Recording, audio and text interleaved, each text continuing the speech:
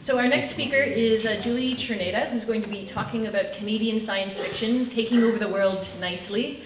And we're really pleased that Julie could come out. She's done pretty much everything you can do as a writer and editor. She's done a great deal for sort of teaching science fiction and showing how it can be really useful as part of curriculums. She's produced a number of science fiction novels and a fantasy novel as well, and she's worked on the Tesseract series. So give us a big round of applause for Julie Czerneda.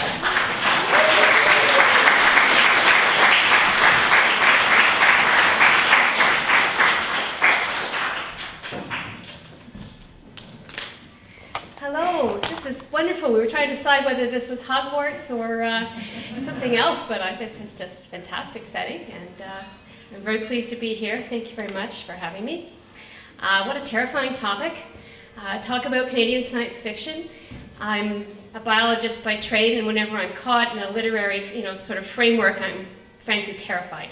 So I can only just talk about the parts of it that I know. So I'll do my best. So what's Canadian science fiction? Well, really the definition is science fiction written by Canadians. That's the best I can come up with because I actually spent 2 weeks asking all kinds of experts. I asked agents, I asked publishers, I asked editors, and that's what they kept saying. Science fiction, because science fiction is just different from all the other stuff. And as Dave mentioned, science fiction has expectations. You see, that spaceship kind of corridor, that's probably where you are. I would say there's some sneaky stuff that's not like that, but yeah, we do. So that's really the constant. Canadian science fiction, of course, tends to have U's in it, more than most. As an editor, I used to translate between American and Canadian and English, and the U was the big target. And of course, hockey references. I don't know how many writers are in the room who've used hockey, but it's amazing how many of us just kind of slide that in. I know I do.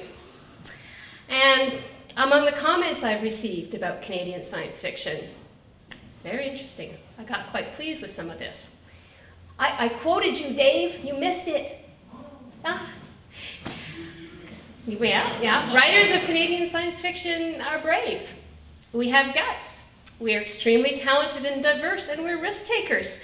We create interesting stories in a market that finds us, well, different. And we're a significant force on the world science fiction stage, the little bit we stand on, because our best is so very well written and so very well thought. I was impressed by that. It made me actually kind of nervous about my next SF. And you've only got to look at the lineups for the last few Hugos to see that by per capita we do kind of rock. Really, we are good. And if you look at the Constellation Awards, which are given out at Polaris, we rule the screen, big and the 50-inch, and the 14 that we have in the basement. At least we're very, very busy behind the scenes making all this happen, and happen very well. So taking over the world, the self-loving part of it, well, I think we actually have that covered already. But what about the other side? What about us? Well, the us is amazing.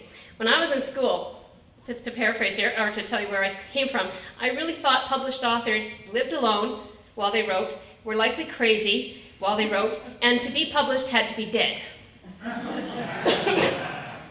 Actually, my kids thought that for a while too, so they worried. The truth really is so very much better. As you can I'm surely see in this room, and if you go to any gathering of speculative fiction people, we have a marvelous community. I hadn't actually discovered it. I did write by myself, and I didn't actually have anyone else that I knew that read or wrote the stuff when I started. So I discovered conventions. And at my very second convention, this man, that tall, scary-looking man, said, "Why don't you come out to my car, little girl?" And I went, "Really? Okay." So I buttoned out there my Yoda t-shirt, and he lifted up the trunk of his car, and I have no idea what's coming. And it was dear Don Kingsbury lifting up the back of his car to give me a copy of his new book. And I went, "You're giving me a book? You wrote this book, and you're giving me this book?" And I thought, okay, this is cool. And then I went to my very first writer's workshop that afternoon. And I was, at the end of it, invited to join the writers group that was Steve Sterling and his group was involved in, the bunch of 7. I'd never even known there were writing groups. This was amazing. And then I discovered there were booksellers at the convention. Bacca was there. Bacca's here, by the way. And the best thing of all was I was so excited there was the new Tanya Huff, so I went running to this counter with this book, and I was spending my food money on it, right? And I handed it over, and she says, "Do you want me to sign it?" And I went, "Booksellers don't sign books. Sign it?" She says, "Well, I'm Tanya Huff." So after I got over and I said, "You'd sign it?" So I carried it home, and I said, "This is my very, very first signed book at a science fiction convention with a science fiction bookseller." It was great. And my first signing of my own book, which this actually did lead to me doing that, was to a man who said he collected authors' first books. I was being collected. And I think Peter Hollis is either here or in the next room. Hi, Peter. So what goes around comes around. And my very first award nomination ever was for the John Campbell for Best New Writer. I'd actually never even heard of it before. And it was being given out in Australia, because that was where the Worldcon happened to be. So I stayed up all night. I dressed in an evening gown with candles to be on the right time zone. I watched this really dreadful streaming feed to see if I won. Nalo won. I had heard, I'd met Nalo by this point, so I phoned her, at 4 in the morning. I said, "Nalo, congratulations." She goes, "What?" I said, "Weren't you up to watch?" She went, "No." So we have this between us that I actually told her she won the Campbell. But I could go on. I think everyone in this business has before and after finding the community stories. Before I knew people read this stuff, except me. Before I knew authors weren't all dead people, except me. Before I realized that all this was true and that I would have colleagues and friends for a lifetime, unless I did something dreadful. And they'd matter not only to my career, but to the pleasure that I took in it. I work a lot with young writers and new writers. That's the best, absolutely the best.